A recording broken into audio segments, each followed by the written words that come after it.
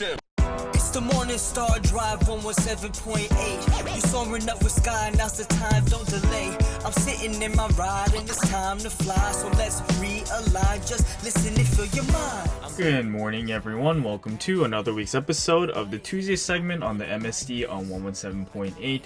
It's really great to be here with everyone today. And also, as a side note, Pastor Sky was telling me about a new feature on YouTube where you can dub over like a recording, an audio recording like this into like your native language, which is really cool, right? Like that AI has gone this far. But I wanted to mention it for those who may be listening and want to listen in a different language, in Korean or any other language, and to see whether like the feature seems to be useful or like accurate to what the recording is talking about. But yes, I am finally recording for the first time in this new place, in the new apartment that I moved into. I've moved in all my stuff so far, but my previous apartment wasn't furnished, or my previous apartment was furnished, and this place is not. So I'm having to acquire like a lot of furniture, which I haven't done yet. But now I'm officially out of the old place and in with the new. And so with that, we really want to get into things today. Pastor Sky actually gave us a topic for today, and he said that since this week is a week to testify about how God has saved us, maybe even we too can share a testimony. And so, I think, one of the things that I think we really have to testify about, like, I don't know if this is the case with everyone, but I think this is a big thing that we see, especially as second generation. As second generation, like really God protects us a lot. To the point that I think that there are a lot of times where we don't have those close encounters with death. Like I'm sure we have had them, and I'm sure that like many second gen have had them. And I'm trying to think like whether I've had like close brushes with death or severe injury where I knew that I was facing like death or severe injury. And there aren't like many that come, up like in my mind, like off the top of my head.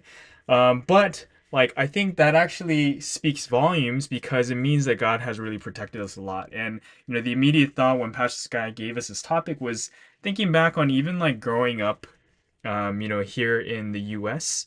I think I haven't really shared this on the MSC before, but like here in the States, right? Like going to the hospital can be really expensive, especially if you don't have health insurance. And nowadays, like health insurance is required for everyone. But growing up, like for me and my brother, we didn't really have health insurance.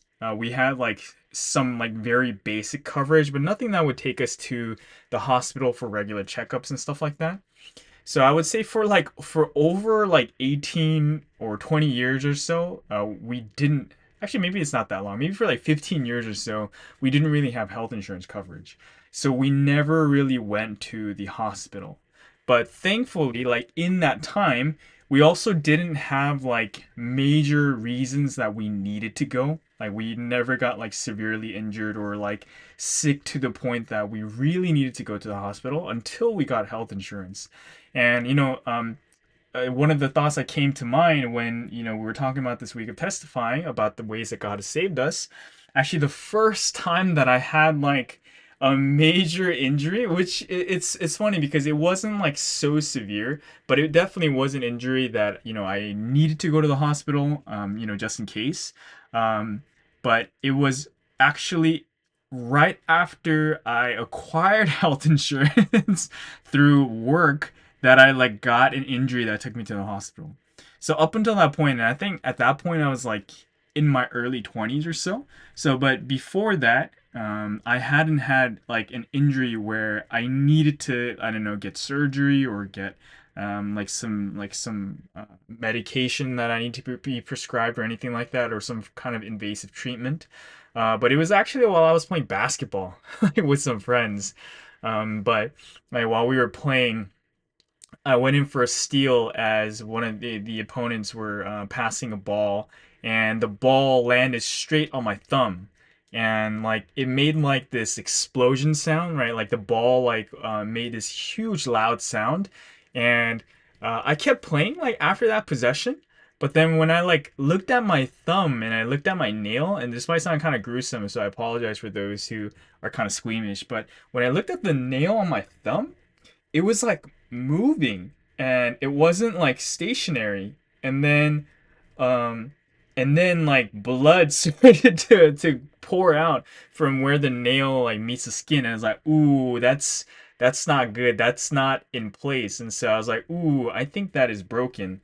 And so I couldn't really tell, and it was like extremely painful.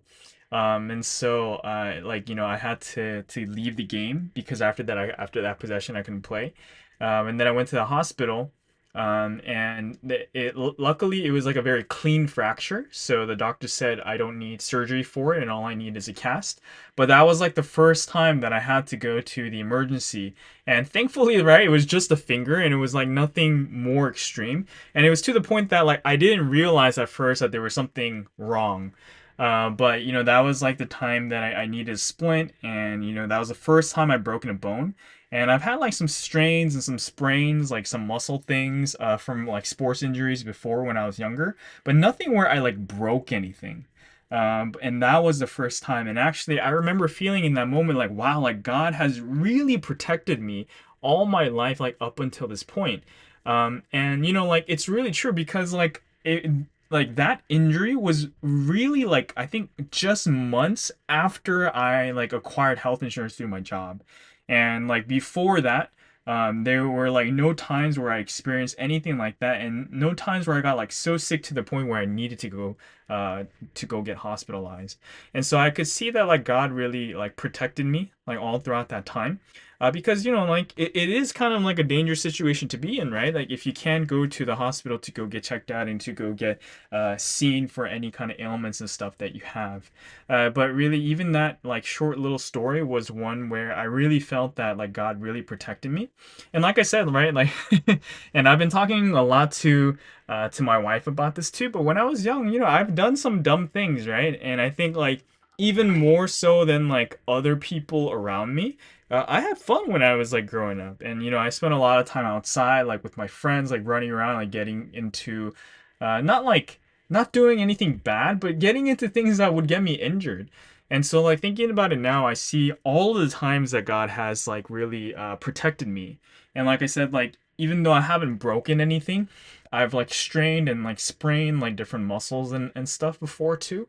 And so like I can think of a couple times where I was like pretty injured, but not to the point of like almost being close to dying or like needing severe treatment. And so like one of the times, and I guess like most of them involve like injuries to my leg or to my ankle, right?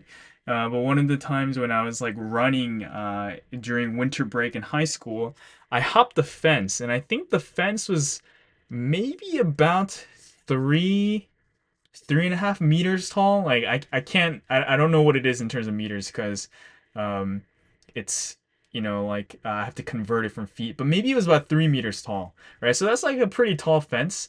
And so I hopped it, and like as I was climbing on the other side and like going to jump off, I jumped off, and there was like a puddle on the bottom of the ground, but it was winter, right? And like in San Francisco, like even in the winter, it doesn't snow, right? It doesn't get cold enough to snow. The Bay Area around the peninsula, around the bay, keeps the water like quite insulated. So like during the summer, it absorbs a lot of heat, and during winter it absorbs a lot of heat, and so it kind of prevents it from snowing. But it doesn't mean that we don't get ice at times. But I wasn't expecting it because, like I said, like it tends to rain a lot in the bay during the winter, but it doesn't snow and it doesn't freeze over too frequently. But that time when I was like hopping that fence and preparing to go on a run at my high school, it just happened that like the puddle that I was on the ground had frozen over. And so as soon as I hopped the fence and landed on the ground, I slipped on it and I landed straight on my butt, right? And so I landed straight on my tailbone. And then when I tried to stand, I couldn't stand, right?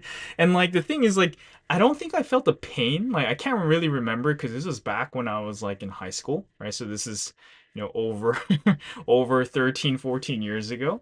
But I couldn't stand up for some reason.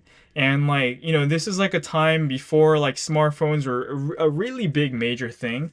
And I had left my phone at home to go on this run because I didn't want my pockets to be weighed down. And so I had no phone. I couldn't get up, and it was the winter holidays, so there's no one at school, right? And like the school was actually closed at that point too. And so I was just kind of sitting there like, oh well, like maybe someone will come by, right? And so like I was like maybe like 16, like 15, 16 at this time, right? So I'm kind of young, kind of brash. So I'm like sitting there on the ground, and eventually, probably like 30, like 20, 30 minutes later, an old lady was came to the track where I was, and she was like doing laps to exercise. And so I asked her to borrow her phone so I could call someone, and I can't remember who I called, but I called someone to help come get me.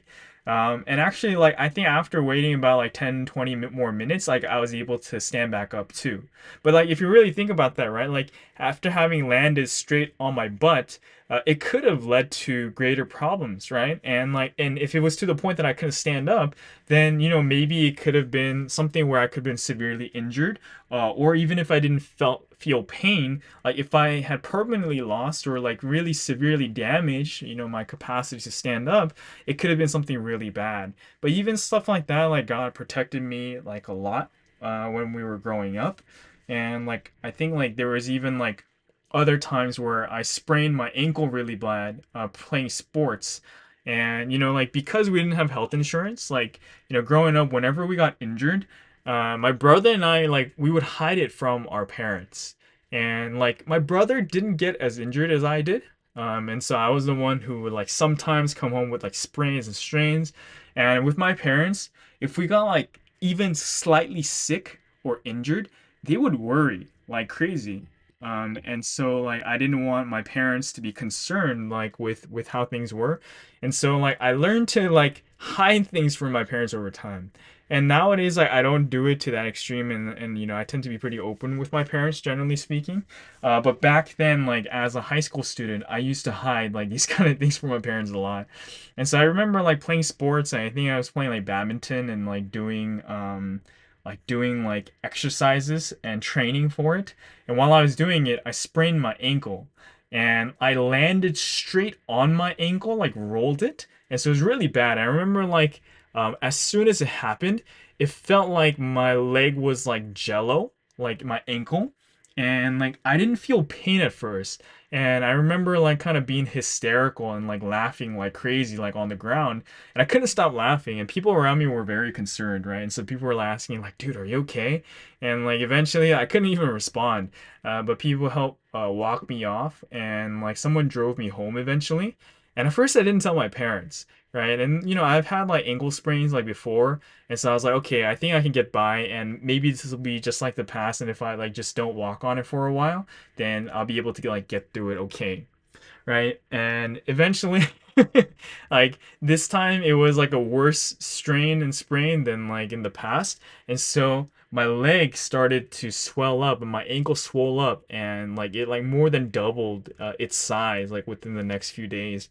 And I wasn't able to put any weight on it like compared to like the past when I was able to kind of limp and kind of like tap on it. Like any even remote pressure on it would send like waves of pain like down my ankle. And so I was like, oh shoot, okay, I can't do this.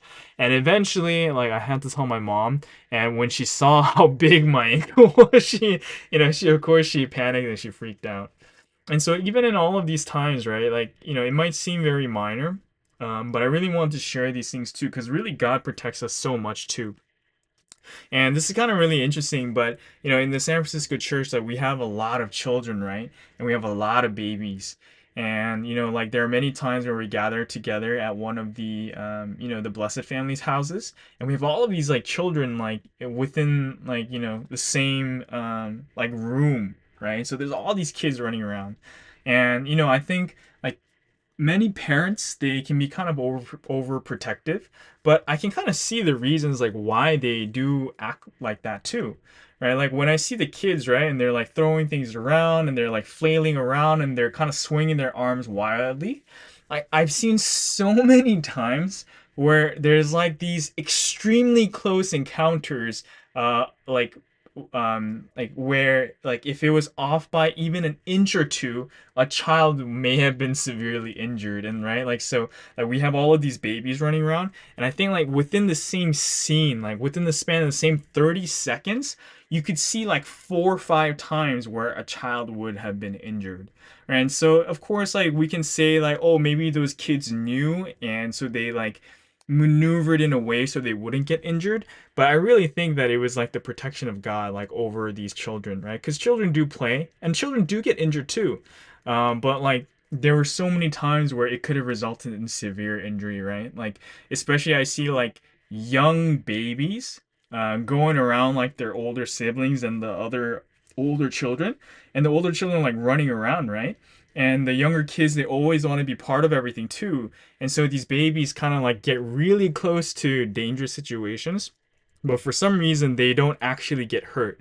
And so that's something that I've seen a lot. And so yeah, there are like many times where God protected me in that way, and like seeing those children, it makes me think about like how God has protected me too.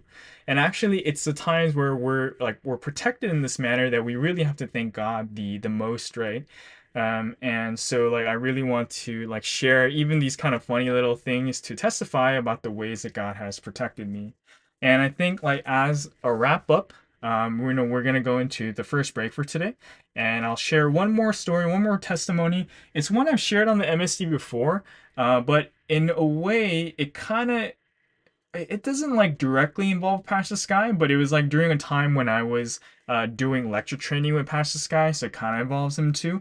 And it involves a message, and the thought came up right now as I'm recording this. So we're gonna go into the first break for today, and then I'll share that last story, and then we'll pass things off to Rachel with 2G Talks.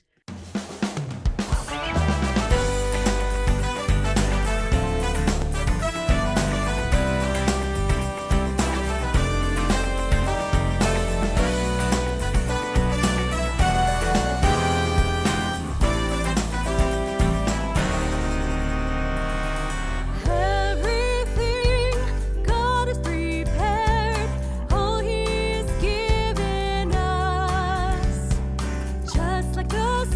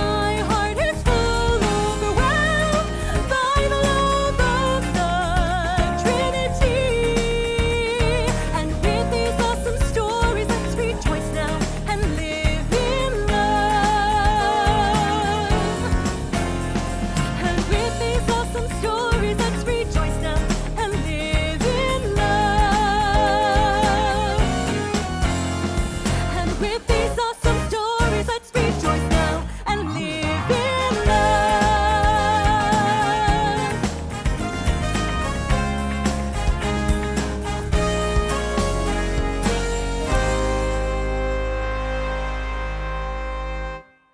Awesome. So hope you guys enjoyed that break. And so for our last kind of sharing and testimony for like the times that God has saved me from death and from peril, like as I was sharing, even like the kind of the more minor injuries and stuff that God prevented. Like before we had health insurance, which I really think is a huge miracle in and of itself too. Like I'm reminded of the time post COVID, like right when COVID restrictions were lifting, when like I was on my way back actually from visiting SS in Texas, in Austin. And like from Austin, I was going to, I think I flew to Las Vegas. And while I was in Las Vegas, I met with the SS in Las Vegas. And then my friends, from San Francisco were coincidentally traveling to Las Vegas and to Mount Zion at the time. And I've shared the Mount Zion story like quite a few times and different parts of it. But like even in this story, there's a story of a time when God saved me from death. And like now that I think about it, this is like one of the most obvious times. But anyways, like after visiting the SS, coincidentally, my friends were there at the same time. And so I canceled my return flight from Las Vegas to California, and I like ended up going to Mount Zion with them, and then like traveling back from Mount Zion to California with them. And like while we were there, because this wasn't a trip that I had planned, right? Like I ended up tagging along just because, like it worked out, and I was at the same place as my friends. So I didn't know like much about the itinerary. And like even though I had been to Mount Zion before, I hadn't done a lot of research this time because I was just like kind of tagging along for the ride. But what I didn't know about Mount Zion and like that part, like the southwest of the U.S., is that like during like May, right, like late spring, early summer, is the monsoon season, right? And so they get like flash floods and stuff. And like one of the interesting things about like the deserty areas of the U.S. is that like when it rains, there's not a lot of trees and other things that kind of like prevent like flash flooding from happening, right? So like when it rains, there's nothing that blocks the water, and so you get these like kind of rapid and like quite dangerous like flash floods that can occur in these deserty areas. And they say like it's safe to travel. Like they just say like make sure to keep your phone close to you so that you can hear Amber Alerts like notifying you that a flash flood is coming. But during the flash flooding season, they say it's safe to travel, and they actually like encourage it too, because like that's like the once in a year when like even those like deserty places become very green because of all the water. And so it's like a very different topography than you get for the rest of the year. And so we went there, and while we were there, coincidentally, um, like that week while we were there, the message came up saying like be careful of the monsoons. And I think it was specifically because like there was like news about like Japan being like swept by the monsoon season, and like in the countryside in Japan there was like a lot of damage. And so something was telling us to be careful about these areas. And like for me, like and as I've shared the story before, right, like especially like in San Francisco or like on the West Coast, monsoons and flash floods are not really a concern. Like there have been very few instances where like flooding has been a concern. And so like like if I was back at home, or if I had just been traveling according to my own plans, I probably would not have like really felt that message impacted me directly. But because I was in like the one place, right, there that I could be, where there was a possibility of flash flooding and monsoons, like I was kind of like listening to that message very carefully. And so I remember even on Friday, right, like this is maybe it wasn't Friday, but it was like one of the days when we were having the this lecture training with Pastor Sky at the time. My friends like decided to hike this trail called the Narrows, and it's a trail there like where you hike through water actually. And so like before the message, like we were all planning on going, and so we were like looking to buy like water shoes that you use to go hiking in, and you know, and hiking sticks, right? Like those kind of poles that you use. And so we were like preparing all of those things like when that message came out. And coincidentally, like that day turned out to be the day that we were having lecture training. And so like instead of joining my friends like out of caution, you know, I stayed home, and you know, I joined the lecture training instead, and I spent time doing that instead. And then like I remember like shortly after, like on one of the other days on Friday, um, like we at that point like we had been like near that park range for like 4 days or so, like 3 4 days. And because we had like we're like, you know, we were hiking every day and we were like exploring, and it's like really hot over there. It's like over 35 degrees Celsius, right? Over 100 degrees Fahrenheit. It's just like really hot. And so we were like, okay, today let's just go on a drive through the park, because like we've been hiking a lot, and it's like it's really hot, and it's kind of like taking a toll on us too. And so that day that we were gonna just go on a drive, and I've shared this part of the story before, so I'll kind of fast forward a lot of it. But like one of my friends got pulled over while we were driving, right? And even all of these things, like God, you know, kind of did it in a way where we were protected. It's like the story that something you shared on Sunday when he was talking about the times that he was like protected in Vietnam, right? Like every little detail had to kind of fall in place in order for us to be like saved in that way, right? And so like the friend who got pulled over is normally not the person who was driving. And so it was like so coincidental that he was the one who got pulled over at that time. Right? So he got pulled over, and like, and thankfully the cop let us go with a warning. But you know, in the state where Mount Zion is in Utah, they're really strict, right? Like both the police and just the law enforcement, and the legal system in general. So they're really strict. And so it was like very fortunate that we got off with just a warning. And the cop kind of kept us for a while, right? Because it was really hot. And so the cop like was doing a lot on the system on his end, like from his car, from the police car. And so it took him like a while to kind of like, you know, go through the procedure of checking everything. But as soon as he let us go, we were like kind of resuming our trek, and we were gonna go into the park. But then all of our phones got the Amber Alert saying that there's a flash flood warning, like in Zion and in the local parks, and and it told us like not to go that day. And like we were really shocked, right? Because this is like really like moments after the cop had let us go. And so we decided not to go in. And sure, like there's a chance that like, you know, nothing would have happened, in like the part of the park that we were going to go to wouldn't have been affected. But this literally happened like moments after. And so I can't believe that it was coincidence. And you know, like I wasn't going to say anything to my friends, but one of the friends who were there, he's kind of like, he's a very how should I explain how he is? He's a very expressive kind of person, and he's very open. And so even though he doesn't like, he's more like agnostic. He's definitely not Christian, but he's not like really atheist either.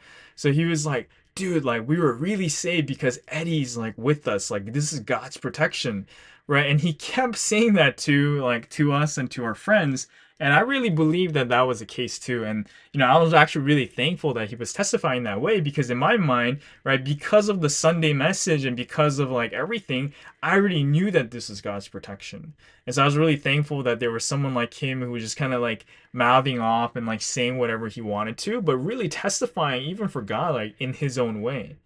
And you know, that really brings me to this week's message, where it talks about how like even for us, right, we have to share with people, and we have to testify, because you know, like especially in that case, right, like I didn't testify, right, but the person next to me did. But even the message said that even if you're the one doing it, the person next to you won't know if you don't say anything. And, the same thing within Providence, right? We're doing so many things, and God is doing so many things in this history. But if we don't testify about the things that God is doing in our lives, the things that we're doing in Providence history, the things that Sunzangnim is doing, in Providence history and with us and in our lives, the things that we're doing together with Sunzangnim, then people will never know if we don't share. So with this, I'm really thankful that Pastor Sky and that Sunzangnim gave us this direction this week to kind of testify and to share about these things. And I encourage everyone to kind of like go through this process and share and testify about the times that God has saved you too.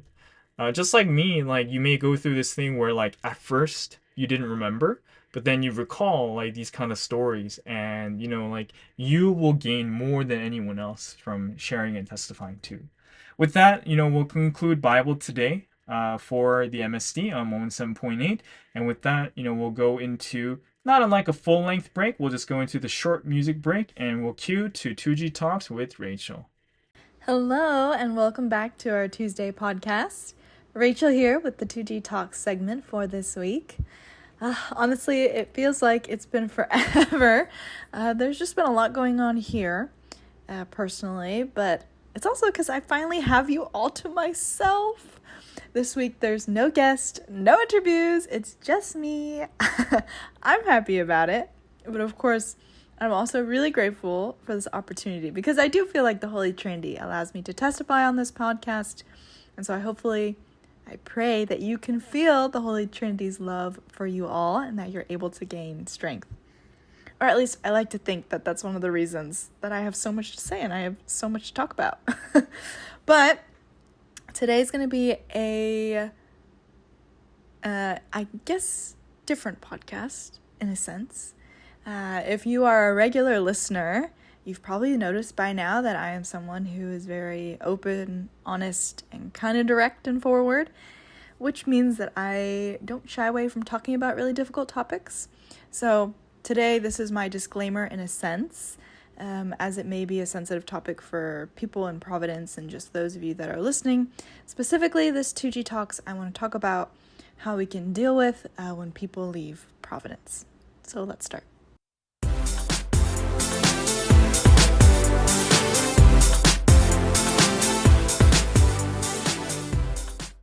Kind of a crazy statement, huh? Well, yeah, we're going to talk about it because we actually had some people that I know or knew of that did leave Providence recently. It wasn't even that long ago. It was maybe a week ago. And it definitely was sudden, but it wasn't that shocking for me, at least, to be completely honest. And I will get into that. But I want to preface by saying this 2G Talks is not me really talking about the process of why people leave Providence. I think we all know that. It's been said in the messages. Usually, it's very straightforward. They stop praying. They don't obey. They become lonely. Satan separates them. Opposite sex. Those are your main key things, especially the opposite sex part. And honestly, really getting into that stuff and thinking about why people leave Providence perhaps is a healthy exercise. I don't know. I think it's definitely an exercise. But I don't feel the need to go into that philosophical thought process. So instead, what I wanted to do was address my personal thoughts on it, how I was able to kind of get past it, and give you all listening another layer of strength and determination so that we can powerfully testify for Providence until the end, regardless of how many people leave. Okay? So it's not that scary. I don't think so, at least. Let's begin. I have had many experiences where people that I was close to or not close to have left Providence. And I know many of you who are listening have also probably had the same experience. There's two ways that people can react to when people leave Providence. The first being you are someone who's been in Providence, either long time, short time, and then you have your first experience with your first person that you know who leaves Providence. Okay? Usually that can be a really stressful experience, very earth-shattering. We all know this, right? that can cause you to struggle and maybe cause you to doubt and maybe even possibly leave. That has happened to people, and I've seen that happen. Secondly, you see so many people leaving that you start to think and wonder, why is it people are leaving? And so doubts begin to arise within you. And I really wanted to talk about this because I know there are many second gen who are probably dealing with that, as well as members seeing people leaving, perhaps wondering why they are leaving, and maybe thinking the answer is to look at what the other side is saying, right? The slanders, what's their side of the story, right? And I think naturally, as humans, we're social creatures, and so we want to know what other people are thinking of. And of course, as Sensitive, we'll be the first to tell you, don't ever look at what they're saying. Don't look at slander. And I'm going to be the millionth person to tell you, and also agree with Sensitive, there really is no reason to, right? Because I have firsthand experience that those individuals who go out and criticize Providence or slander Providence are people who are not sharing 100% their whole truth or the whole backstory as to why they left or why this particular situation occurred, right? So it's really important to not just take what they say as a final word. And so I wanted to state that kind of ground rules. Don't look at slander ever. Now, that may sound a little, for me when I was growing up, I thought, I can't look at slander ever. Like, what are people trying to hide? Like, what are Providence people trying to hide? That's how it came off as. So I know many of us are super grateful to Pastor Sky, especially when 2023 was occurring, when the first round of the Netflix documentary came out. He is someone who is mature in his faith and watched it and was able to create that audio where he went through each of the episodes and made it in a clear, logical way where nothing was hidden, but he was also able to prove evidence and show the full story, which goes back to what I was saying, right? People that leave Providence do not share the whole truth, do not share the whole backstory. That's one of the main reasons why Sensitive says don't look at slander, because you don't know what you're getting 100%. Now, this doesn't mean that when people leave Providence that we automatically should villainize them in any sense. I think the messages are so incredible, especially this past Sunday message where Sensitive shared the stories about his experience in the Vietnam War. And I was so moved. I mean, there were so many different moments that I was moved by, but one of the things that he said was that God put him into the Vietnam War twice so that he could truly realize the value of life. And I thought about it too, right? Sensitive always said, why is it that the righteous have to suffer? Why do we have to suffer so much? Well, it's because God loves everyone, even the wicked people. And the only way for the wicked people to come back to him to receive salvation is if they have the opportunity to repent. But because they are wicked, they don't always make the right choice. And so when they don't make the right choice, that leads to slander. That leads to them causing problems, speaking negatively, all these things, persecutions. And so because they're given the opportunity to repent, that's how persecution comes up. And so the righteous suffer because of the wicked in that sense. But that's what it means to be righteous, right? So that even though we get slandered, even though we're persecuted, we remain firm in our faith, and we absolutely know, this is because this happens. We are here as righteous people because God loves everyone and wants to save everyone. That's our job. We are acting as God's body. So we cannot lose hope and we cannot lose strength. That being said, why is it that people lose strength? Why is it that people leave? And this is the only thought process or thought experiment I'm going to have. At the end of the day, when it comes down to it, they did not take action. That's something that I realized. No matter what the actual reason is, whether opposite sex or other reasons, they did not take action appropriately to the word or according to the word. And that was in the Sunday message, right? I think one of the very first sentences Sensitive said was, when you hear the words of God, you're only going to know and truly come to realize it once you take action. If you don't take action, you're not going to actually truly realize, oh my gosh, this is the word of God. Oh my gosh, Jesus has come back in spirit. It's not going to feel real to you at all.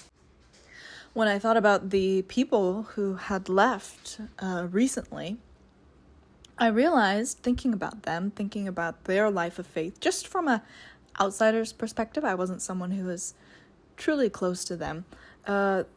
It was very evident that they truly did not take action 100%, right? They didn't wake up for pre-dawn. They struggled to pray. They were not consistent, even going to services. They were not consistent, even just texting people back. So, of course, I'm sure they had reasons as to why they did those things, or excuses as to perhaps why they were unable to go to services or whatnot. But that just shows you they took this huge decision of leaving Providence without even trying Providence 100%. What do I mean by that? So for me too, growing up, when I decided as a second gen, okay, I'm going to stay in Providence. Because there was a moment where I was thinking, okay, what path can I take? I can leave, do what I want, or I can decide to choose this path, which I know is going to be difficult. But I really thought to myself, how could I leave Providence when I haven't fully done it? Right? The, I guess, parable that came to mind in a sense was, how can you look at a food item, let's say a vegetable? How can you just look at it and then decide, yeah, I don't like that. Or yeah, I do like that. The only way that you can decide whether or not you do not like it or like it is if you put it in your mouth, chew, and swallow. So in the same way, when it came to Providence, that was my mentality. I thought, okay, I can't decide 100% if I like Providence or if I want to stay in Providence. But I should give it my all. If what they're saying is that God, right? If what the leaders were saying to me at the time is that God is giving his 100% to me, I should at least try and give that 100% back to God. And so that's what I did. I started going to Bible studies more. I started actively trying to pray, go to pre-dawn, do those things. And of course, at first I didn't feel anything. It was like, whatever. I was just doing it out of formality. But over time, the more I chewed, the more I continued to eat the word, the more I came to realize, hey, this actually is pretty good. This is not what I thought it was, right? My perception changed. And so, yeah, for those people who left, it was very sad to see that. Because actually, I also know for a fact that when they left, they had a list of questions, essentially being used as a way to say Providence cannot answer these things. But when I heard about the questions that were on this list, it was very sad, because some of them had answered everything in the messages. And because they weren't taking action 100%, they were missing these simple, basic questions that were undermining and shaking their faith. In summary, you really just have to take action 100%. Do it with your life on the line. Someone says these golden nuggets of word, and it's only whenever I actually do it that I realize, oh my gosh, he's a genius, which makes me feel dumb, because it's like I should have done that at the very beginning. What was I doing, right? But I guess that's all of us. In the end, though, it is really discouraging, if we're being completely honest, right, to see so many people leave Providence. It really is. I remember I even had a pastor. This is a long time ago. There was even a pastor who one time told me, they had given me a notebook. I had just finished counseling with them, and they had told me, Rachel, never leave Providence. He told me that even if the entire world tells you Sunsim is not the one, that Providence is not correct, there's something wrong with it, you cannot believe them. You have to focus only on the word. You have to stay firm. You have to be the last person in Providence. Can you do that? And I was like, oh gosh, maybe. Maybe. I hope so. I don't know. That's a lot of pressure. And having him tell me that, and then maybe a year later having him leave, was really shocking in a sense. But it did not take away from what he had said to me. If anything, it made what he said to me even more profound. Because here's someone who I looked up to, who was a pastor, who had been through so many different things, who was counseling people. And he fell away. So it made me realize in my heart, oh my gosh, I have to be even greater in my faith in this individual. And that really pushed me to grow more, to learn more, so that I don't make the same mistake that those people did. When I look at all the people that left Providence, yes, like I said, it is discouraging. But we have to acknowledge where we are. And I think Sansanam does such an amazing job at doing that. He always reminds us. He truly, God speaks to him, because whenever people are feeling down, he always reminds us where we are in history. The New Testament history, 2,000 years they had, right? Just struggling, literally whispering, hiding in the catacombs, being killed, being martyred, being burned alive, skinned, dragged, beaten, whipped, flogged, whatever you name it. That is what they went through. It wasn't easy. People don't go around just believing and accepting Christ all of a sudden. That's not what happened. So many thousands, hundreds of thousands of people died. I think I mentioned this. I watched the movie The Silence, and it's about Christian persecution in Japan. That was so, I don't want to say enlightening. It was realistically horrifying, but also horrifyingly enlightening. There we go. Because it really put into sense what Christianity went through, the suffering they had to endure to be able to be at the level that they are now, to have the ornate churches and the big following and the many different religions and the different denominations and the volunteer work and the pull that they have and the respect that, some respect that the churches have, right? It didn't just come out of nothing. And so if that was the New Testament, when we look at where we are now, we only have half of that time of struggling, right? 1,000 years. So New Testament, 2,000 years, struggled, I don't know, let's say, I don't really know history, 700 years maybe? I'm probably wrong. But here in the Complete Testament, if we divide that, that's only maybe 300 to 500 years of struggling, which I admit sounds like a lot. But look at what we've already accomplished. Look at what Sansanam has accomplished in this one lifetime within the first 50 years of Providence history. And that's so encouraging. I was telling a member as she was kind of struggling and thinking about the people that had left recently. And something that Providence people do often when people leave is blame themselves and say, I should have done more. I should have done better. I should have helped them more. And yes, of course, that is true. We should have done our best. We should have done better. We should have helped them. That's what Sansanam always tells us. Help a lost sheep. Help each other so nobody leaves. But it is a two-way street, right? And so I told her, it is really hard right now, especially I think in American Providence and maybe Japan and Korea. I'm going to say it's probably even more difficult because of the persecution that they have. But there is a better structure to help manage people. In America, I think we're building it currently, but it's not set in place perfectly. And so people who probably didn't need to leave, people who maybe if they were managed better are leaving, and that's so unfortunate to see. But I told her, you know what? Especially in American Providence, because we're so small and we are lacking, the generation that came as a result of my mother's generation and their hard work, right? Because my mother was from the first half. So that generation that came right after the first half, they went through so much, right? Whenever they came, bam, persecution, 2008, Sansanam receives that kind of first grave period, right? And then we went through all those different grave period levels and times. The fact that those individuals are still here, they're still alive, they're still kicking, they're still believing, that's incredible.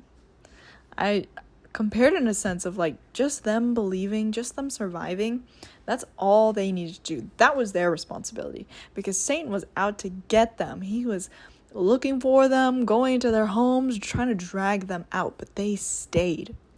And because they were fighting for their life, they weren't really able to build a foundation, right? They just kind of made it so that we had land to be on, in a sense, but it's just rocks and sticks kind of around them that they're using, right?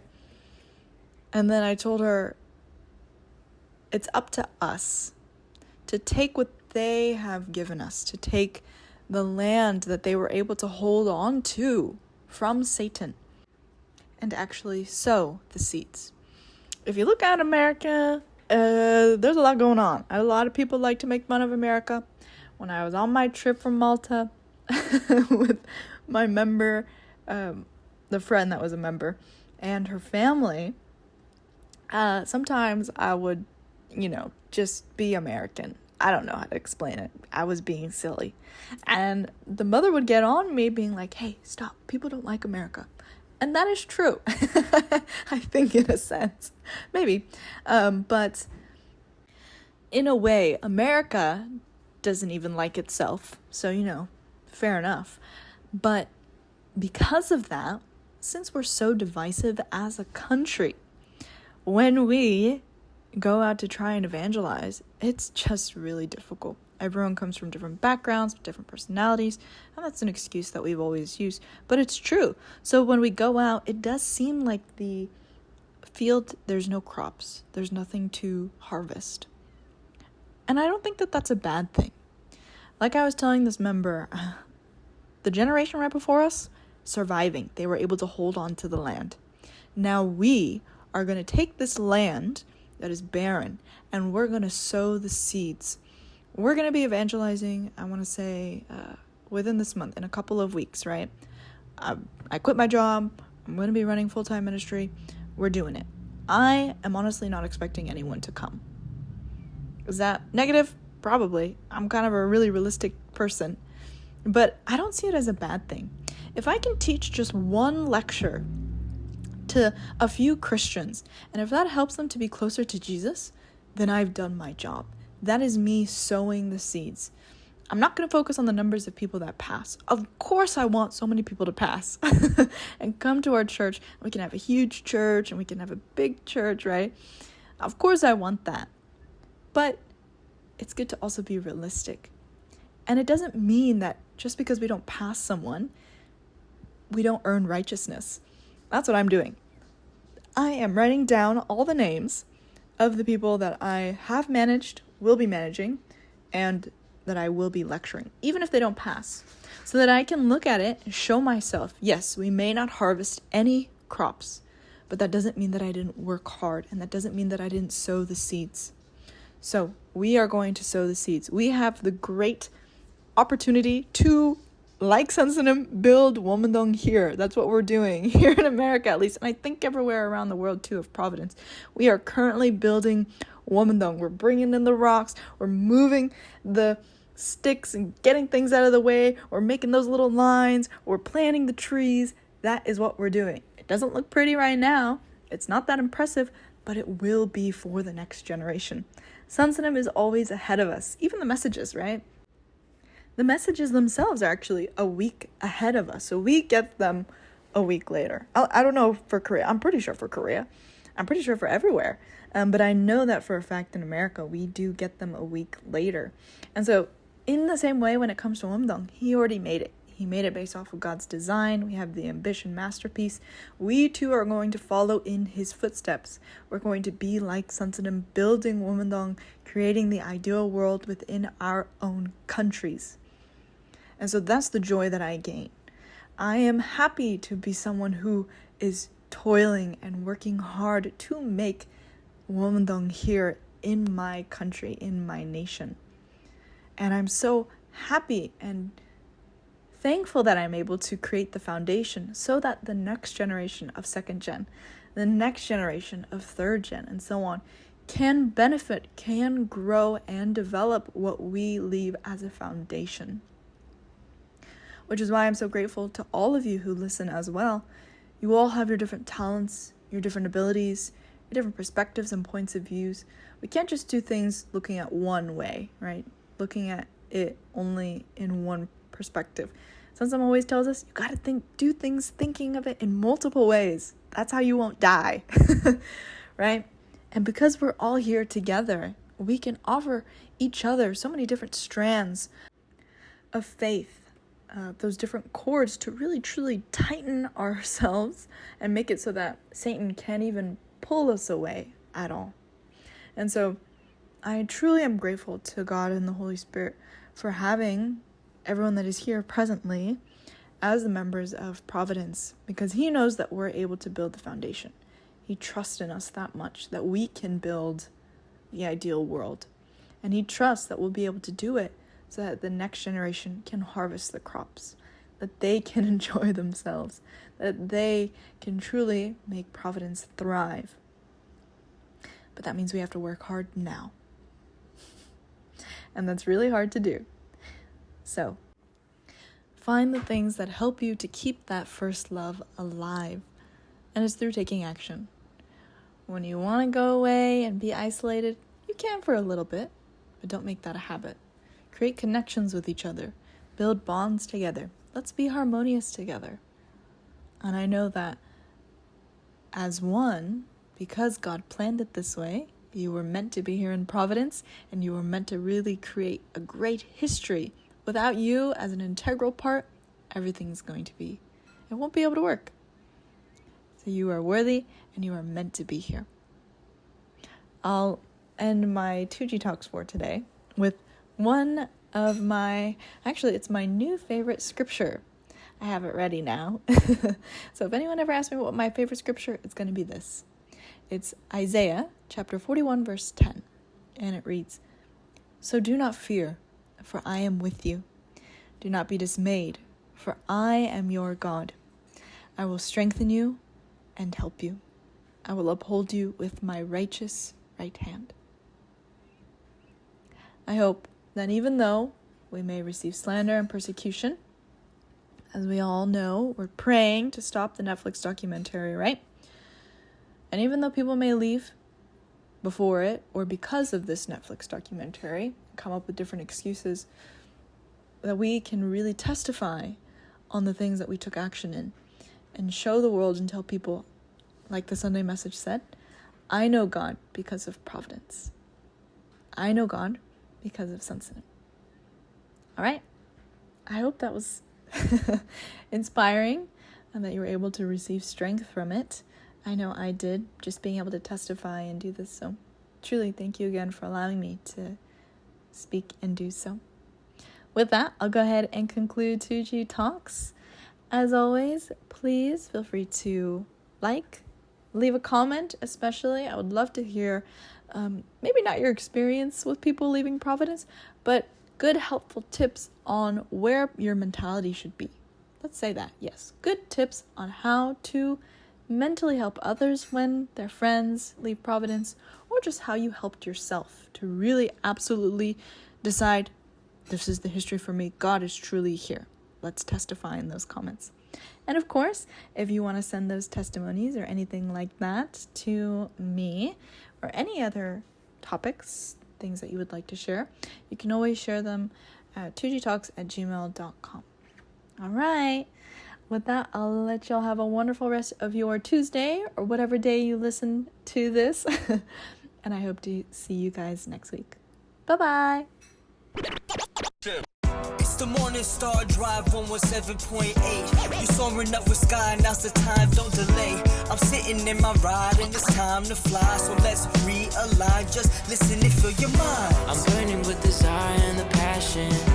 Nobody can stop me when I'm like this. I got my head in the zone, you know. I'm on the Morning Star Drive, you know. I'm burning with desire and the passion. Nobody can stop me when I'm like this. I got my head in the zone, you know. I'm on the Morning Star Drive.